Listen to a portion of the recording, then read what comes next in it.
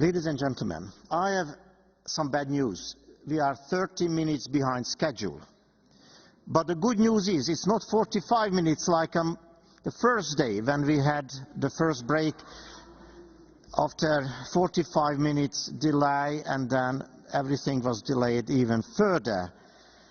But I think this is permissible given the fact that we will have a celebrated speaker as our keynote speaker of the day, Dr. Elmer Bill Colglazer, Editor-in-Chief of Science and Diplomacy, a journal of the American Association for the Advancement of Science.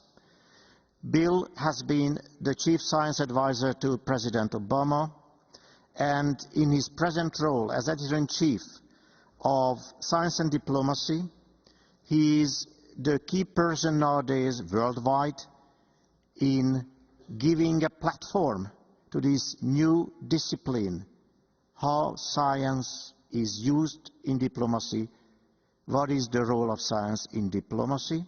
And this is especially important in 2019, this year, because this year is the 20th year of science diplomacy, which started practically together with the first World Conference on Science here in Budapest. Bill, the floor is yours.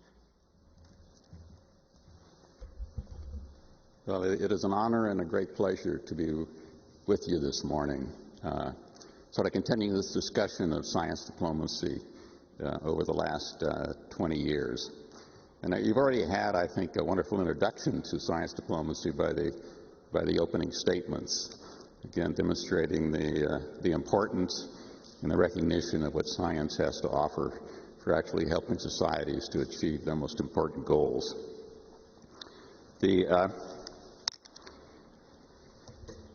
I'm going to spend a moment talking primarily about the role of science, technology, and innovation as a tool for advancing diplomacy, foreign policy, international relations, actually as a very pragmatic tool. This recognition has become, I think, increasingly recognized, first in the science community, of course, but much more so recently in the diplomatic community. And we heard that this morning from the State Secretary, from the Minister from South Africa.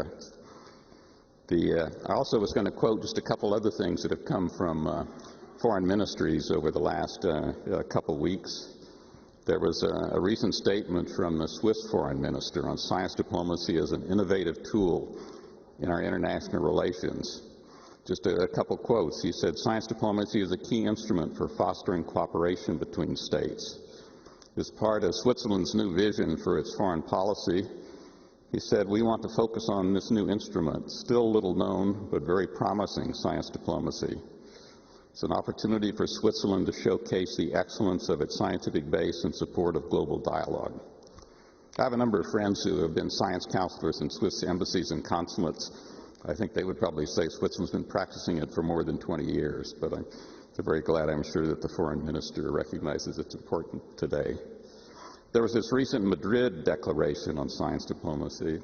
It was organized by one of the research groups that are funded by the EU, looking at science diplomacy options for the EU, both inside the EU as well as with the rest of the world. It was a meeting that was held in Madrid, and it was partially organized by the Foreign Ministry of Spain, and this Madrid statement was signed by participants at the meeting, and it presented, I think, a quite eloquent common vision of the role of science diplomacy in the future. Let me mention one other example which illustrates the importance which diplomats are now paying to science diplomacy. There's this network that's been in existence for a couple of years called FEMSTAN, Foreign Ministry Science and Technology Advice Network. It was actually created by several people who hold positions like the science advisor to the foreign minister in countries. Now, people with that title or similar titles, there's more than 7 in fact.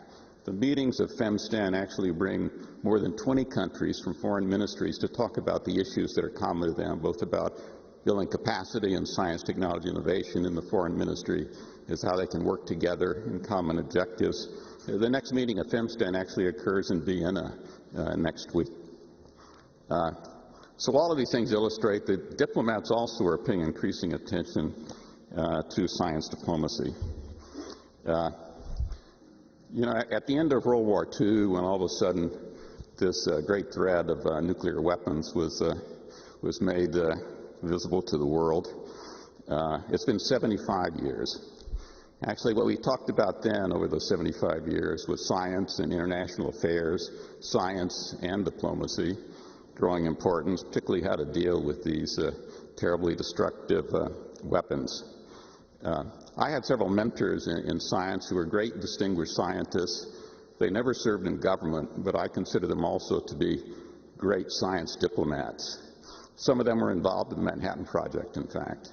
But after that, after what happened, they devoted a lot of their time outside of science, having dialogues with scientists in the Track 2 dialogues outside of government, with scientists in the Soviet Union, later also with China, with issues of arms control. How can we actually control these weapons and influence our leaders to actually dampen down the threat of these terribly destructive forces? And when there were windows of opportunity in the diplomatic sphere, which happened in the 1980s and 1990s, these Track 2 discussions actually had significant influence in the arms control treaties that appeared not long after that.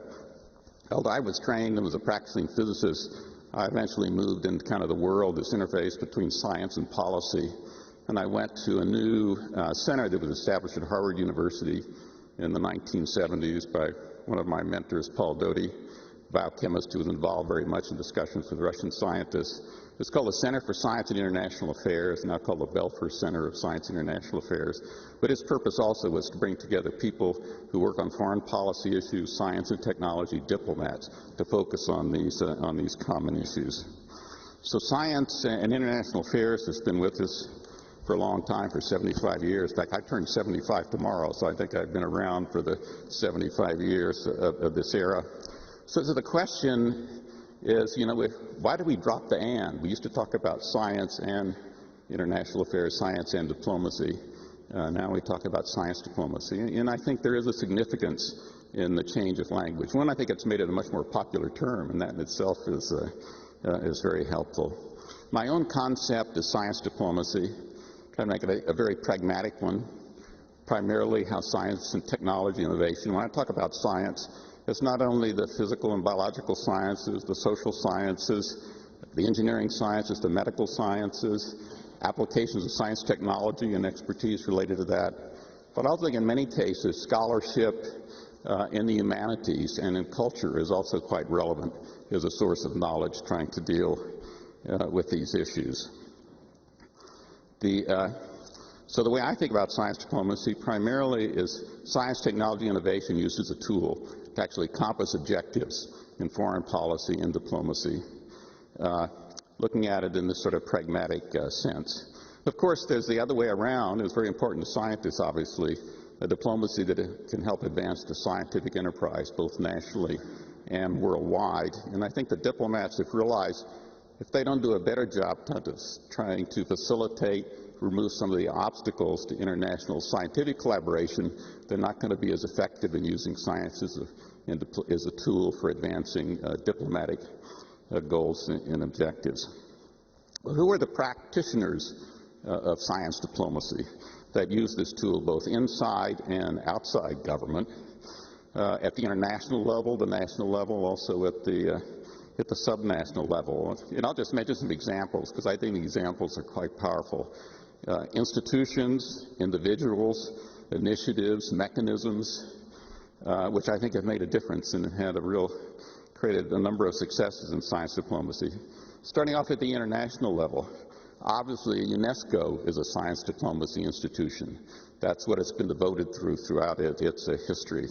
We heard one of the talks in the meeting here from the CTBTO, the Comprehensive Test Ban Treaty Organization, which of course brings the technologists dealing with monitoring nuclear explosions, trying to help get final approval of the Comprehensive Test Ban Treaty. The CTBTO is also a science diplomacy institution.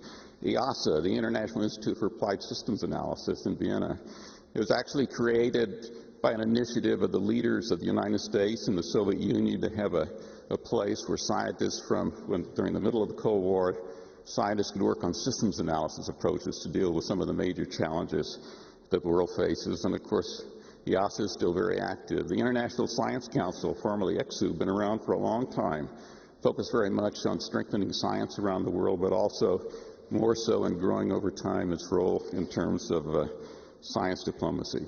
I consider the World Science Forum to be a science diplomacy initiative. It's wonderful over 20 years. It's creating a lasting legacy, and it's grown over time. The Intergovernmental Panel on Climate Change, a unique partnership with the science community and the policy community, I think has made a difference related to how we deal with climate change. As part of the UN's 2030 agenda, the diplomats recognized wisely, I think, that if the world was going to be able to make progress on achieving the Sustainable Development Goals, they were going to have to do a better job of harnessing the power of science technology innovation. They called it strengthening the science policy interface. They didn't know quite how to do it, but they, as part of the 2030 agenda, they created this new entity with the strange name called a Technology Facilitation Mechanism. How technology could facilitate achieving the 2030 agenda, with several unique aspects to it. Probably the most innovative actually was creating what's called the IATT, Interagency Task Team of UN agencies, the World Bank, the World Intellectual Property Organization, where each one has only one representative, over more than 40 now involved, but they create working groups to actually try to make progress practically on, and I'll talk about one of the initiatives briefly just a little bit later. So the TFM is a science diplomacy initiative. The World Science Academies, back in the 90s, I was involved in the creation of what was then called the Inter-Academy Panel, the Inter-Academy Council, now called the Inter-Academy Partnership. It's also a science diplomacy network of science academies, both building the capacity of science academies, but also to help them become more important advisors on issues in their own countries. Another network which was created a couple years ago, INCSA, the International Network of Government Science Advice, which actually now has regional meetings as well as a big international meeting where they bring people both from the foreign policy diplomatic community and the science community to talk about how we can strengthen the science advisory ecosystem in countries. Yesterday I had a very interesting meeting with representatives of the science leadership in Saudi Arabia. The next G20 meeting is going to be in Saudi Arabia next year. There are also, over the last couple of years, there have been what they call the S20 meetings, which are meetings of the science community leadership in the G20 countries. And so Saudi Arabia is thinking about what will be the major theme for the S20 meeting next year. But also, I think quite importantly, to make these S20 type meetings not just one-off events, but also like the World Science Forum, how to create it so it's a cumulative process learning so that the S20 meetings also become another science diplomacy initiative. If we look at the national level, the fact will FemStan with all these foreign ministries now, they're increasing their capacity to deal with science and technology issues and developing their own strategies for how to use science diplomacy, all these FemStan countries. Scientific academies and professional societies domestically at the U.S. National Academy of Sciences creating a brand new what they call roundtable on science diplomacy for the United States, how the United States can be more effective in using science diplomacy as a tool. The AAAS, which is very proud to be one of the partners in producing the World Science Forum. Some of my colleagues, Von Tarikian and others, created the Center for Science Diplomacy a little over 10 years ago, and the little online journal, Science and Diplomacy, to try to bring together practitioners to talk about examples that are quite relevant for trying to think about new approaches to deal with problems through science diplomacy. I just came from a meeting in Jordan. I'm on the board for a science diplomacy NGO called CRDF Global. It was actually created at the end of the Cold War, created by the U.S. government, but created as an NGO, and its purpose was to help transition weapons scientists in the states of the former Soviet Union to work in civilian research and development. Now CRDF Global actually works around the world. In Jordan, they have an office with 30 bright young Jordanians, highly trained, very capable, and they focus on security issues related to nuclear, chemical, and biological technologies and science, not only for Jordan, but also for the MENA region. And of course, Jordan, 2 years ago, Princess Amaya of Jordan was the host for the World Science Forum. It's impressive being back there last week, seeing the great progress that's made in building the science and technology capacity there. But also individuals. Federico Mayor is a wonderful science diplomat. Some of the mentors I talked about who were involved in these Track 2 discussions, they were great science diplomats, even though they were never in government. In the audience today, I see many great science diplomats. I think individuals also were extremely important to carrying this message forward. So what are the 5 elements, in my view, that make science diplomacy such a powerful tool? One, first of all, every country, when I was a science and technology advisor to the Secretary of State, I met with over 70 countries to talk about issues. The first issue raised by every country, no matter its level of development, was how can we strengthen the capacity in our country, build up our science, technology, and innovation capacity. I think the statement from the state minister this morning actually was really emphasized that. Every country wanted to talk about that. How do we create a vibrant, innovative ecosystem that actually brings benefit to our nation, both for security, both for prosperity, being competitive in this highly competitive, interconnected, globalized world. And as you heard from the statement of the Swiss foreign minister, they see it as actually a great advantage because Switzerland has a very high-level innovative ecosystem, and their engagements around the world using that as one of their tools in terms of their diplomacy. The second issue is there's great concern right now over the negative implications and disruptive potential of rapidly advancing technologies. So you all are well aware of all the different technologies, from artificial intelligence, big data, synthetic biology, you name it. There's a lot of concern at the diplomatic level that these advances are moving so rapidly.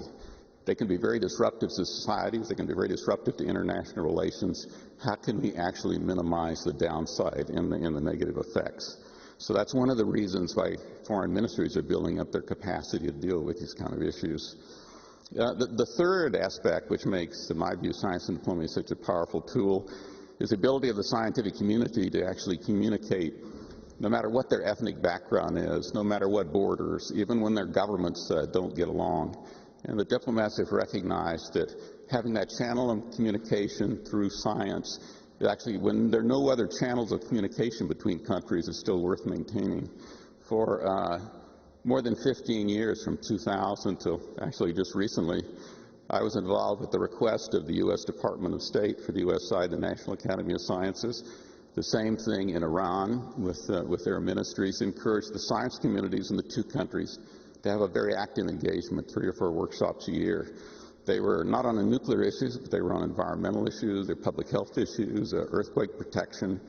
All of that dialogue helped with what actually, when the real negotiations on the nuclear issues started, the fact that there were these early discussions between the science communities were enormously helpful. The fourth element of why science diplomacy is such a powerful tool is, as we all know well, science, technology, and innovation are an ever-expanding resource. It's an inexhaustible resource if we do it wisely, and it can bring benefits, as we know. And actually, in some cases, it can create new pathways that leap over the diplomatic obstacles. I think the Montreal Protocol is a great example from that. It was not only the science community pointing out the challenges presented by fluorocarbons as a refrigerant, it's also the technology industry who developed new refrigerants so they could actually eliminate the ones that were causing the most serious problems. And last, the fifth element is sort of spreading the values that come from doing science. We've certainly heard a lot of that emphasized in this meeting. The talk by France Corby the other day emphasized integrity, but it's all the issues of relying on evidence, objectivity, peer review and transparency in publications, valuing excellence.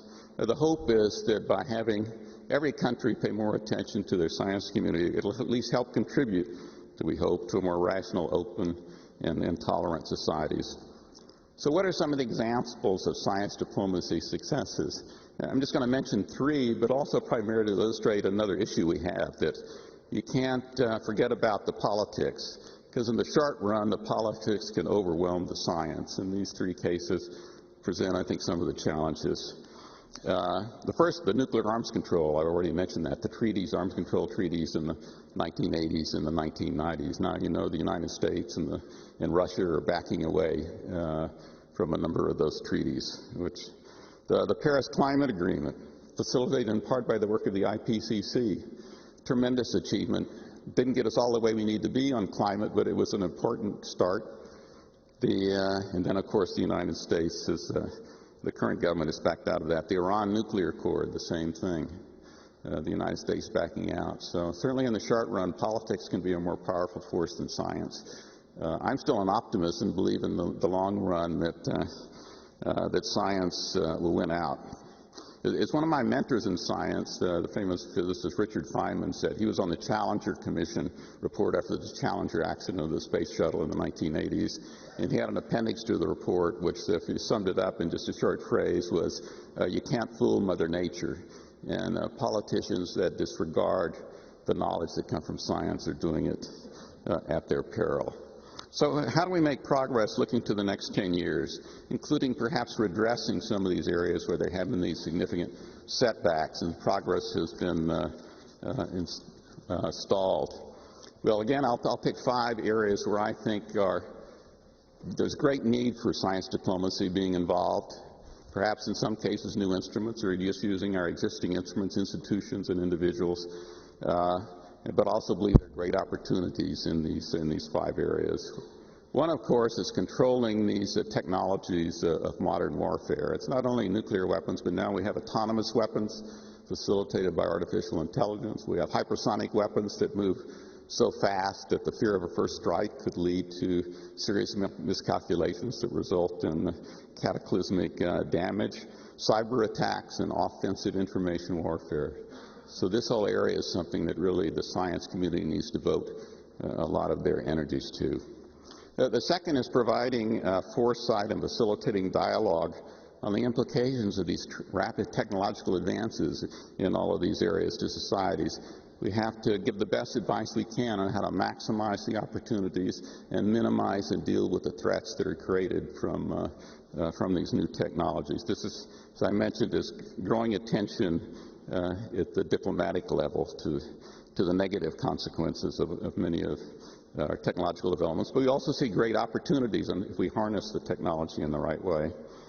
The third is maintaining a channel of communication between nations that have estranged relations. In some cases, they're so estranged you can almost say it's getting back into the equivalent of another Cold War. Just for the U.S. government, I feel our relations with Russia, our relations with China, our relations with Iran, all of those need more effort from the scientific community, making that contact with the scientists in these countries that can help provide perhaps pathways that can lead to progress and restoring better relations. The fourth area is accelerating progress, obviously, on the UN 2030 agenda, the Sustainable Development Goals, but especially for the global environmental goals, the SDGs that deal with the oceans, biodiversity, and climate. It's not only for the scientific community pointing out the problems and issues as well as ways that we can actually deal with these great challenges, but also helping countries, essentially, what is their share of the global responsibilities, getting them to commit. It's in their national interest as well as in the global interest to join and make commitments to help us deal with these global environmental challenges. And the last area is science, technology, innovation, capacity building and developing and emerging countries, which I think is also highly important. And I will mention one initiative, because I think it is very, very important. It sort of combines the SDGs with this last one on building capacity in science, technology, innovation in emerging countries. I mentioned in this technology facilitation mechanism, I had the honor of co-chairing the advisory group for 2 years for the TFM. I enjoyed working with the real diplomats in the UN and what they're able to accomplish in a rather unique place. In fact, the most interesting meeting when I was doing that was the meeting we had with the ambassadors who negotiated the creation of the TFM. And the basic message was, we don't know how to harness science and technology better, but we want you to figure out how to do it. And I think the challenge of those of us who've been involved is The aspirational rhetoric is wonderful, but also to think about how to make it concrete in terms of real action. So most of the action is going to occur at the national level and the subnational level in harnessing science, technology, innovation to deal with all 17 of the SDGs. Well, the initiative I want to mention, which I think may become the most important initiative of the TFN, it actually comes out of a working group of this IATT, this Interagency Task Team. It's led by the World Bank and the government of Japan, but it involves UNESCO, UNCTAD, UNIDO, several other countries and UN agencies as well. And that's to develop what are called STI for SDGs roadmaps. So what is that? Well, a roadmap's taken from the technology sector. We used to talk about like in the semiconductor sector where the technologies lay out a long-term goal or vision, and the steps that they think can accomplish from it, the research they're going to carry out, the actions they're going to take, but there are feedback loops and feedback mechanisms to say what's working, what's not working, what can we change to continue marching along to the goal. And then countries at the national level, many of them have a national plan looking at whatever national goals are important to them. The science minister often has a science and technology plan looking at how they build the capacity. Sometimes the other ministers don't pay as much attention as they should to the plan of the science and technology minister. And now many countries are developing their plans for how do they address the SDGs. Well, the intersection of all these plans is the area that's the focus of the STI, Science, Technology, Innovation, STI for the SDGs roadmaps. And it's helping countries to build not just a top-down effort to build these roadmaps, but to build it by engaging all the key stakeholders in society down to the local level with their science and technology community so they get societal buy-in to these plans.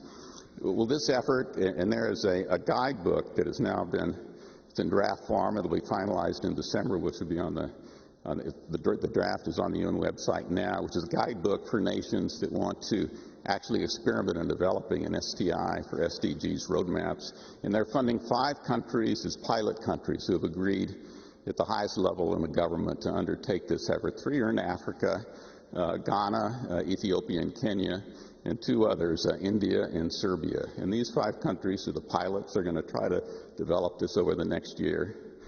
I'm trying to get more of the science community in these countries injected into this process, but there are roughly 20 other countries that are examining to see how it works and the relevance. Could this be something that actually could stimulate, real action at the national and subnational level in trying to accomplish all the variety of things at this intersection of these 3 different national plans? For all 5 of the things I've mentioned, there are 2 things I would hope the science and technology community remembers and how they can contribute using science diplomacy in these efforts. First of all, more engagement with stakeholders at all levels to understand their needs and aspirations. Less talking from the science community, more listening to understand things better and helping to actually use science and technology to address the needs and aspirations of people in society, what they really care about and are trying to accomplish. And the second is for institutions that want to use science diplomacy as a tool to accomplish whatever their objectives and goals are, to think very carefully about their own institutional roadmap. How are they going to learn? How are they going to have the feedback loops as they learn and try to move forward in the future? My very last comment is on the legacy of the UN 2030 agenda, particularly the connection of science, technology, and innovation. My own personal view is the greatest legacy will be creating more knowledge-based societies around the world. I think that is where the great potential is. Every country now has very smart people.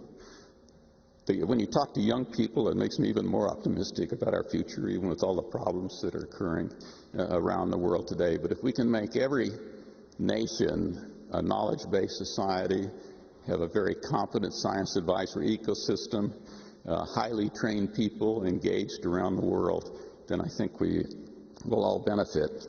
And I would like to acknowledge that I consider that the World Science Forum has been a very important contributor to this, trying to make all nations of the world knowledge-based societies and also a great science diplomacy instrument.